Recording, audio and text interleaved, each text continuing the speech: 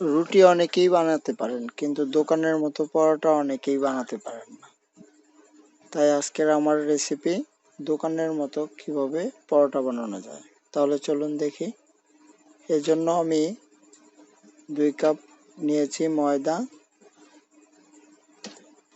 এবং ময়দার সাথে মুখে স্বাদের মতো লবণ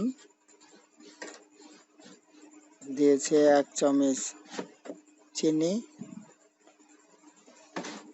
এবং বড় 1 চামচ তেল।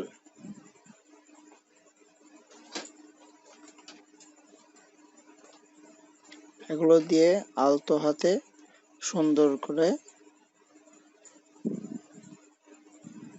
ময়দাটাকে মাখিয়ে নিতে হবে।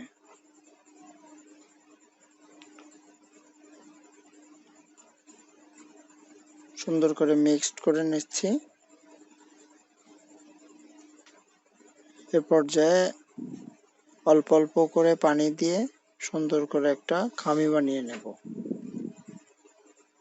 হয়ে গেছে আমার খামি।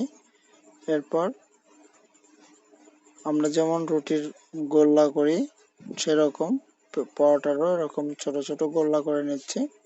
আপনারা চাইলে আরো বড় বা ছোট করতে পারবেন। আমার গোল্লা করাগুলো হয়ে গেছে। এ পর্যায়ে আমি দোকানের মতো 4টি গোল্লাকে একসাথে পরোট করব। মানে পরোটা বানানোর এই জায়গায় কিন্তু মেন কৌশলটা। 4টে গোল্লাকে একসাথে আমি লম্বা করে বেলে নিচ্ছি। এরপর দিয়ে দিচ্ছি তেল এবং ময়দা দিয়ে আমি পরোটাকে ফোল্ড করে নিচ্ছি। ফোল্ড করে এর উপরে আবার ময়দা দিয়ে দিচ্ছি। দিয়ে দেখুন 2 হাত দিয়ে কিভাবে পরোটাগুলো করতে হয়। পরোটার কিন্তু মেন কৌশলটাই এখানে। যারা এই পরোটা যত সুন্দর করে করতে পারবেন তাদের পরোটাগুলো সফট এবং খেতে খুবই সুস্বাদু হবে।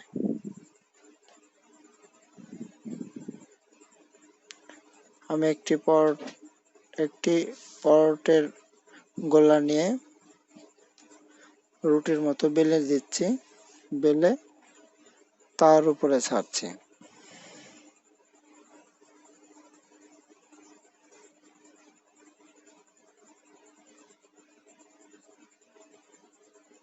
এ পর্যায়ে চুলার আঁচটা একটু কমিয়ে রাখতে হবে।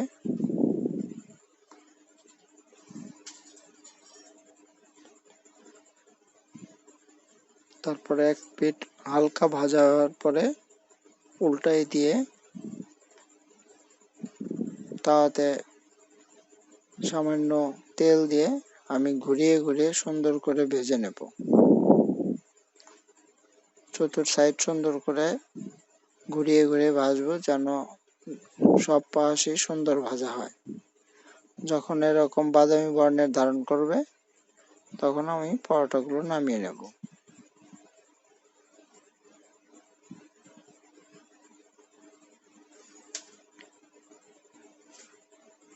আমি আবারও দেখাচ্ছি কিভাবে পরোটাটা মূলত ভাজবেন। এক পিঠ ভাজা হয়ে গেলে ওই পিঠটা উল্টে দিবেন। উল্টে দেওয়ার পর দ্বিতীয় নাম্বার পিঠে তেল দিবেন।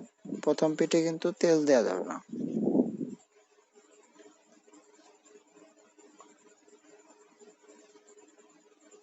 দ্বিতীয় পিঠে সুন্দর করে তেল দিয়ে এটাকে লাল করে ভাজতে হবে।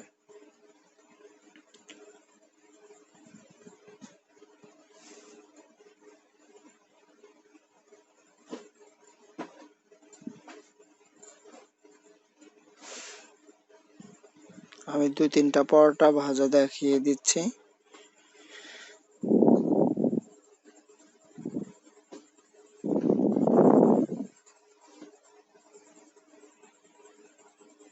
দেখুন একই স্টাইলে আমি সবগুলো পরোটাকে ভেজে নিচ্ছি।